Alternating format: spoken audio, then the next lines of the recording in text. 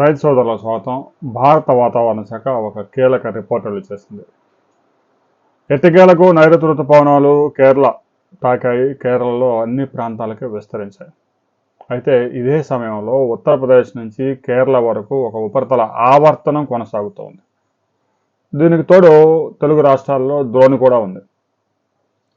ఉపరితల ఆవర్తనానికి ఋతుపవనాలు తోడు కావడంతో కేరళలో రాబోయే 24 గంటల్లో 20 సెంటీమీటర్ల కుండపోత అతి భారీ వర్షాలు నమోదయ్యే అవకాశం ఉందని హెచ్చరికలు జారీ చేసింది. భారతదేశంలో 17 రాష్ట్రాలకి రెడ్ అలర్ట్ జారీ చేసింది. ఋతుపవనాలు వచ్చిన సమయంలో ఉపరితల ఆవర్తనాలు, అల్పపీడనాలు, ద్రోణులు గనక కొనసాగితే ఆ ఋతుపవనాలకు మరింత బలం చేకూరి పెద్ద ఎత్తున కుండపోత వర్షాలు నమోదయ్యే అవకాశం ఉంది. మరి ఎల్నినో అన్నారు కదా, తీవ్రమైన కరువు పరిస్థితులు వస్తాయి, వర్షాలు పడవు, జనాలు జాగ్రత్తగా ఉండండి, ఆల్టర్నేటివ్ పంటలు వేసుకోండి అని కేంద్ర ప్రభుత్వం హెచ్చరికలు జారీ చేసింది కదా, మరి ఇదేంటి అని అడగవచ్చు. అంటే ఋతుపవనాలు మాత్రమే అయితే పెద్దగా వర్షాలు వచ్చే అవకాశం లేదు ఈ ఏడాది. ఋతుపవనాలకి అల్పపీడనం, ఉపరితల ఆవర్తనం, ద్రోణి ఇలాంటివి కనుక టచ్ అయితే పిచ్చగా వర్షాలు కుమ్మరించే అవకాశం ఉంది. ఇప్పటికే భారత వాతావరణ శాఖ కేరళ, కర్ణాటక, తెలంగాణ, ఆంధ్రప్రదేశ్, మహారాష్ట్ర, ఉత్తరప్రదేశ్, మధ్యప్రదేశ్, ఒడిశా, ఛత్తీస్గఢ్, జార్ఖండ్, బీహార్ ఈ 17 రాష్ట్రాలలో రెడ్ అలర్ట్ ప్రకటించింది. ఎందుకంటే ఉపరితల ఆవర్తనం ఇక్కడ స్ప్రెడ్ అయి ఉంది. ఋతుపవనాలు కూడా చురుగ్గా కదులుతూ ఉన్నాయి. దీంతో పెద్ద ఎత్తున వర్షాలు, అతి భారీ వర్షాలు నమోదయ్యే ప్రమాదం ఉంది అనే అంశాన్ని ఐఎండీ హెచ్చరికల ద్వారా జారీ చేసింది. ఇక ఇప్పటికే కేరళలో తిరువనంతపురం, కొట్టాయం, కొచ్చిన్, పతాయంతిట్ట, అలప్పుజ ఈ జిల్లాల్లో పెద్ద ఎత్తున వర్షాలు నమోదవుతూ ఉన్నాయి. ప్రజలంతా జాగ్రత్తగా ఉండాలి. వ్యవసాయ పనులు ఉన్న వాయిదాలు వేసుకోవాలి, బయటికి వెళ్ళే కార్యక్రమాలు ఉన్న వాయిదాలు వేసుకోవాలి.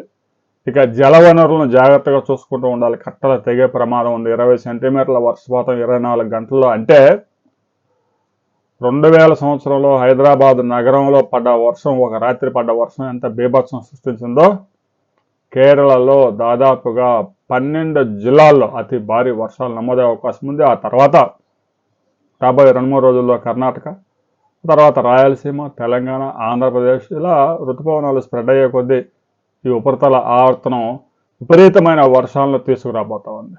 ఇప్పటికే ముందస్తు ఋతుపవన వర్షాలు అటు తెలంగాణలో, ఆంధ్రప్రదేశ్లో కొన్ని ప్రాంతాలకి పరిమితమై వర్షం పడ్డ దగ్గర పెద్ద వర్షాలు, కొంచెం భారీ వర్షాలు నమోదవుతా ఉన్నాయి.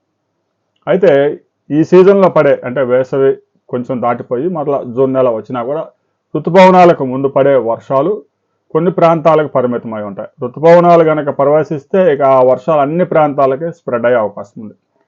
రాబోయే 2 రోజుల్లో తెలుగు రాష్ట్రాల్లో కూడా పెద్ద ఎత్తున వర్షాలు నమోదయ్యే అవకాశం ఉంది. టెంపరేచర్స్, ఉష్ణోగ్రతలు సాధారణం కన్నా కూడా 3 డిగ్రీలు తక్కువగా నమోదవుతాయి. ఇప్పటికే 46 డిగ్రీల నుంచి 42 డిగ్రీలకి దిగొచ్చాయి. అయితే గూడూరులో అత్యధికంగా 44.5 డిగ్రీల టెంపరేచర్స్ నమోదాయి. పగలు విపరీతమైన ఎండ, సాయంత్రానికి రాత్రిపూట వర్షాలు, పిడుగులు, మెరుపులతో కూడిన వర్షాలు విరుచుపడే అవకాశం ఉంది. ఇక గంటకి 50 నుంచి 60 కిలోమీటర్ల వేగంతో ఈదురు గాలులు వీచే ప్రమాదం కూడా ఉంది.